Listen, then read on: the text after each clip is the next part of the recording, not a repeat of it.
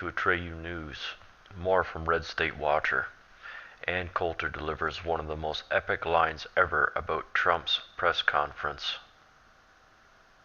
Remember when watching a Republican presidential press conference was painful? That wasn't today's press conference. To give you an idea how Trump's press conference went afterwards, the press corps demanded a safe space. It's like a firing squad. Thank you very much.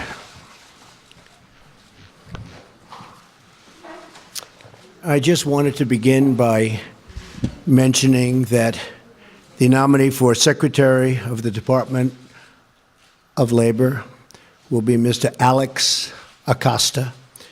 He has a law degree from Harvard Law School. He's a great student, former clerk for Justice Samuel Alito, and he has had a tremendous career. He's a member and has been a member of the National Labor Relations Board and has been through Senate confirmation 3 times, confirmed, did very, very well.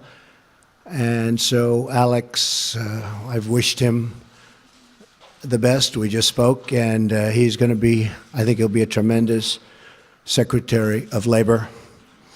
And also, as you probably heard just a little while ago, Mick Mulvaney, former congressman, has just been approved, weeks late, I have to say that, weeks late, Office of Management and Budget, and he will be, I think, a fantastic addition.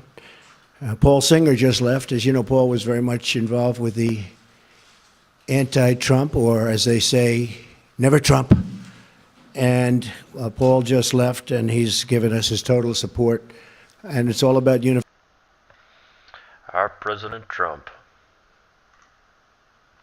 Look what the Access Pipeline protesters have done to cause a massive evacuation. Officials have ordered an evacuation of the camp of Access Pipeline protesters after they left behind enough trash to fill 2,500 pickup trucks. Officials fear that the river will soon flood and the debris they left behind will pollute the Missouri River and the nearby waterways. So that's kind of ironic, isn't it? The people that would protest the pipeline in defense of the earth trashed the earth. Bismarck, ND. Federal and state officials announced plans Wednesday to accelerate cleanup at a camp in southern North Dakota that has housed hundreds and sometimes thousands of Dakota Access Pipeline opponents. Officials fear the camp near the Cannonball River will soon flood due to warm weather and rapid snowmelt. They worry trash and debris left behind by the people who have left in recent weeks might pollute the Missouri River and other nearby waterways. With the amount of people that have been out there and the amount of estimated waste and trash out there, there's a good chance it will end up in the river if it is not cleaned up. Local and federal officials estimate there's enough trash and debris in the camp to fill about 2,500 pickup trucks. Wow. For their sake, I hope they exaggerate. I do find that pretty hypocritical, though. The same people that would protest against the pipeline appear to be the ones that have polluted the earth, the exact same earth that they wish to defend. Funny how that works. Wow. Trump withdraws appeal. Look what is coming next. Trump withdrew his appeal of the travel ban because he was instituting a new executive order next week. From Zero Hedge. During Trump's press conference, the president announced, among numerous other things, that he will issue a new executive action on immigration next week sometime, which will be tailored to the decision issued by the Ninth Circuit Court of Appeals and will rescind the initial travel ban, which has been challenged in legal battles across the nation. We're issuing a new executive action next week that will comprehensively protect our country, Trump said. At the same time, the DOJ asked the San Francisco-based appeal court not to review a decision by a 3-judge panel to keep immigration policy on hold while it moves through the legal system, citing plans to soon replace the order with a superseding one. Rather than continuing this litigation, the President intends in the near future to rescind the order and replace it with a new, substantially revised executive order to eliminate what the panel erroneously thought were constitutional concerns, the DOJ said in a brief to the U.S. Court of Appeal for the Ninth Circuit. As The Hill adds, a judge in the appeals court had requested that the entire court vote on whether to review the case after a three-judge panel refused to lift a temporary restraining against the travel ban, which was issued while a lower court debate the merits of the policy. But with a new immigration order on the horizon, the administration appears to be backing down on appealing the decision, which would have taken weeks or months to resolve. In so doing, the President will clear the way for immediate protecting the country rather than pursuing further, potentially time-consuming litigation, the DOJ said in its filing. It's so messed up that something that has been done by presidents for the last 100 years is now being cited as unconstitutional.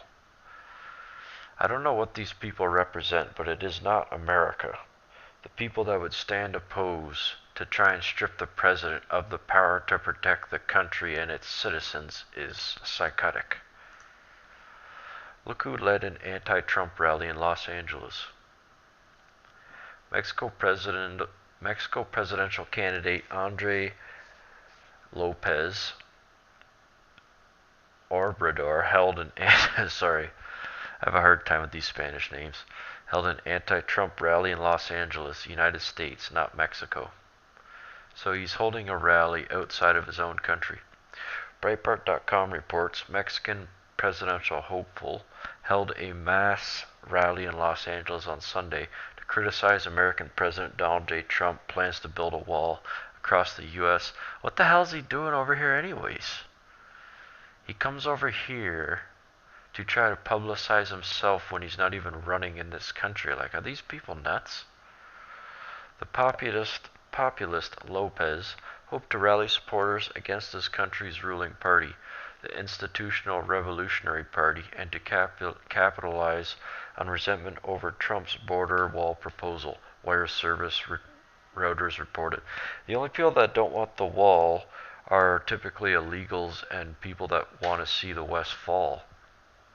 A lot of these people amongst the group actually want to see America turn back into Mexico, and they're Spanish supremacists, a lot of them. It's called the La Raza, which means the race. I think the wall and the demagoguery of patriotism are no match for the dignity and humanity of the American people, Lopez said during his rally. The Mexican politician went on to praise California as a refugee and blessing for immigrants. That's quite hilarious that he would say that. A refuge and blessing for immigrants? You mean a safe haven for criminals fleeing your country? Is that what you meant?